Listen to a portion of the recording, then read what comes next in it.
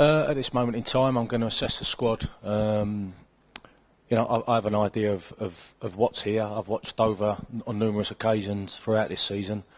Obviously, there was, as you say, there was some of my ex-players playing, and I have ideas of who I want to bring to the football club.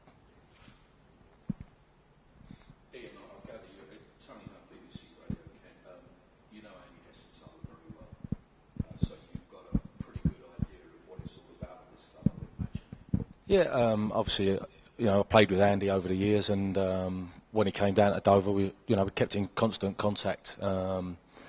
And he's obviously rung me time and over time, and he's had obviously players loaned from myself, and he asked me what they're like, and I've seen how those players have performed at this level. So, and as I said, I've watched games in this division, obviously been out on scouting ventures numerous times this year, and I'm aware of what this level, what it's going to take.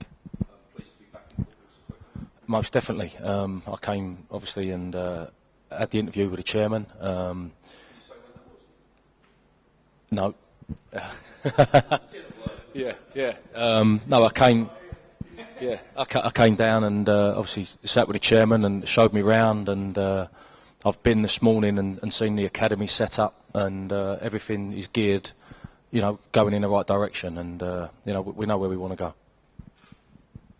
Is it true to ask if you sorted everything with Barnet and the chairman there? I believe that there was problems with the LMA. Has that been resolved? I have no outstanding issues with Barnet Football Club.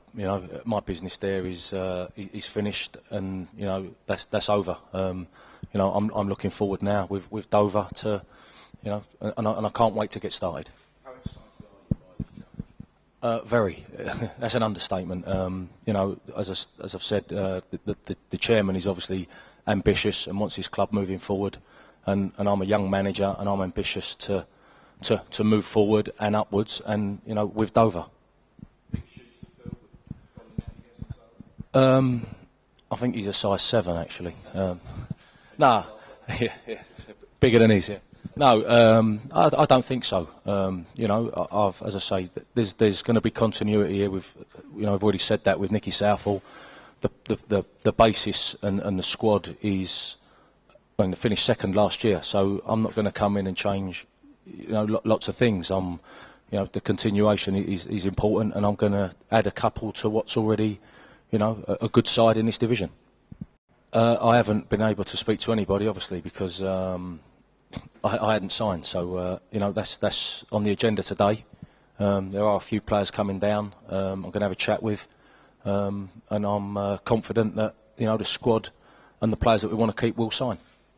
Which areas of the squad do you think need strengthening next season? I think it's a little bit early to say at the moment, and obviously until I've spoken to the players, I won't comment on that. We've got a bit of time now before the start of the season.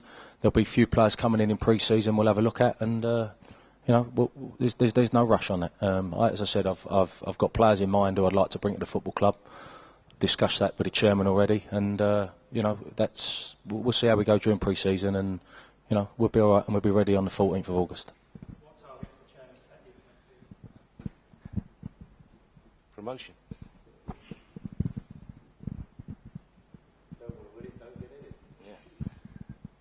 Yeah, I haven't come here just to to take the first job that's come along. I've come here and I'm determined to succeed. I always have been as a player, and I most definitely want to do that as a manager. And success here is getting promotion, and that's what we're here to do. What attracted you to Dover particularly? I must say, coming in, meeting the chairman, being shown around the setup, the Frank, all the staff here.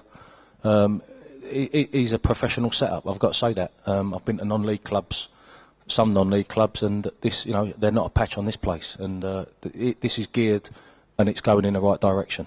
And it's my job to steer us in that direction. Ian's he's got great experience in the league. He knows players very well. He sent us 2 great players at the end of last season, but most importantly is his approach and his work ethic. He's missed 100%. I'm sure that he's going to demand 100% or more from the players, and I think that Ian's task is probably a little bit tougher than Andy's when he came to the club, because we were at a much lower level then, and I think the momentum was easier to get going. Ian's got a big challenge, but I know his attitude's good, and I know that, as I say, he's going to get 100% out of the players, and we're going to be pushing for promotion. And I think there's 2 years left of your 5-year plan, is that correct?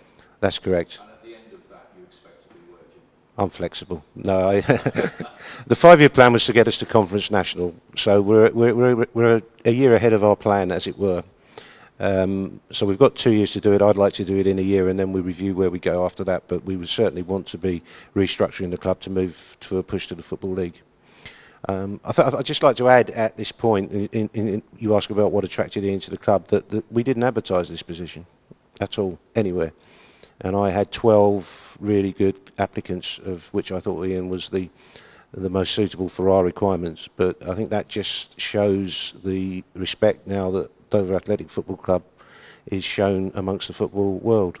Did you feel you didn't have to advertise the job? The word, it would go out on the grapevine? I knew I didn't, because I received 10 or 15 phone calls and CVs within 24 hours of Andy announcing that he was departing. So it wasn't a conscious decision on my part. It just wasn't necessary. When Andy, coming back to what you said, Andy departed, was it in the back of your mind to make a quick appointment? Absolutely essential. I mean, these things are never good. There's never a good time, but when your players are all considering new contracts, it's a very bad time.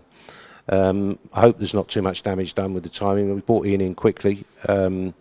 He's initially on a 1-year deal. That's only because it's been done quickly, and we will be sitting down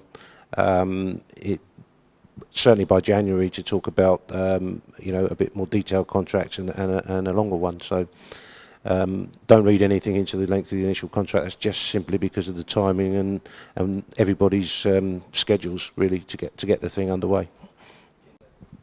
I've seen, very varying styles. As someone's already said, I know Andy Essenthaler very well, and the way he plays his football, and I'm very similar.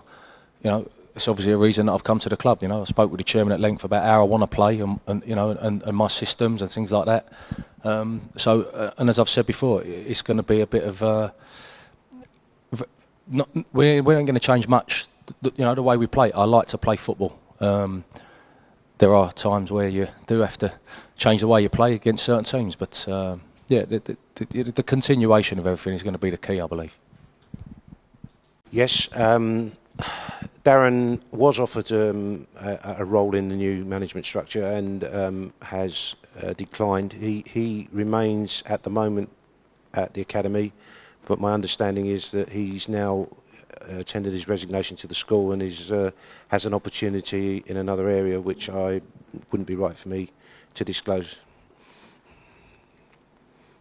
Yeah. Will Ian have a similar playing budget to Andy's? Yeah, the player budget doesn't change because of the manager, unless he can do it for less. Did Andy recommend Ian for the job?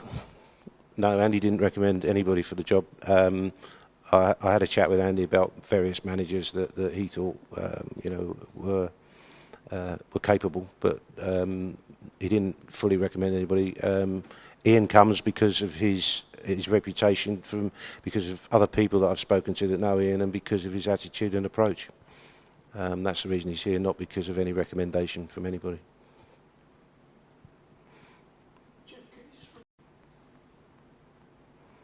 Any more questions? Shall we move to interviews then, if anybody would like to interview? Again, just from me, thanks very much for turning up. I hope it gives you some column inches or some radio time and that people want to listen to and read. So thank you once again. Ian's available in particular, but if anybody wants to speak to me or Roger or Frank, then just let us know. Thank you very much.